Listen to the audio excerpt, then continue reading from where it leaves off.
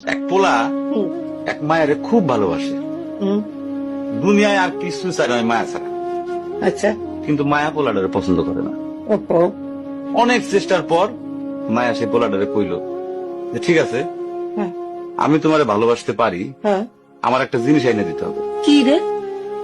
পোলাটা তখন কইল যে তোমারে পাওয়ার লিগা আমি দুনিয়ার যে কোনো জায়গা থেকে যে কোনো জিনিস এনে দিতে পারি। হ্যাঁ, হ্যাঁ।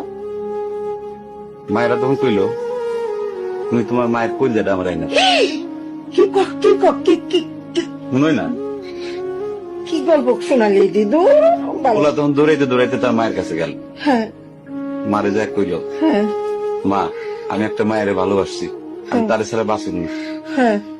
কিন্তু ওই মায়া আমার একটা জিনিস নিয়ে যাইতে কইছে, সেটা হলো তোমার কলিজা। তুমি যদি তোমার কলিজাটা আমার দাও, ওই মায়াটা কলিজাটা পাইলে আমার ভালোবাসবে। মা তখন কইল তুই আমার একমাত্র বুকের ধন, তোর সুখের জন্য আমি সবকিছু করতে পারবো। পরে মা বুকটা ফাইরা কলিজাটা বাইর করে পোলার হাতে দিল। আহারে মা। পোলাটা কলিজাটা হাতে পাইয়া যে কি খুশি, মা দৌড়াইতেছে দৌড়াইতেছে দৌড়াইতেছে, দৌড়াইতে দৌড়াইতে হঠাৎ রাস্তার মধ্যে উষ্টা খাইয়া পড়ে গেছে। হাতের কলিজাটা হাতের থেকে সুইটা রাস্তার মধ্যে পড়ছে। তখন মায়ের কলিজাটা কইতেছে ব্যথা পাইছো বাজান? কোন মায়া যদি এইরকম কয়, সেই মায়ের আমি, আমার মনে হয় জগতের সব মায়ের একরকম, মা আমি পারো না, মা আমি তোমার ছাড়া আমি থাকতে পারবো না, মা।